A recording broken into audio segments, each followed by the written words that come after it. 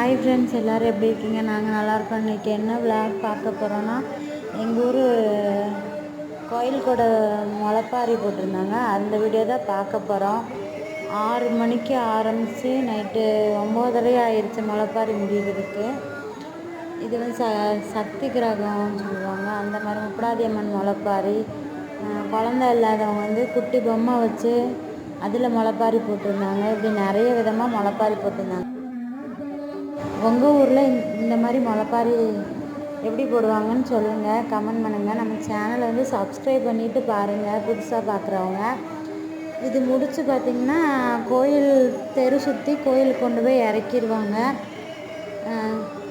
இறக்கிட்டு அங்கே பூஜை பண்ணி அதுக்கப்புறம் தான் எல்லாம் வெளியே வருவாங்க. கோயிலுக்கு உள்ளே போனால் எல்லாம் இறக்கி வச்சுட்டு பூஜை பண்ணும்போது எல்லாருமே சாமி ஆடிடுவாங்க.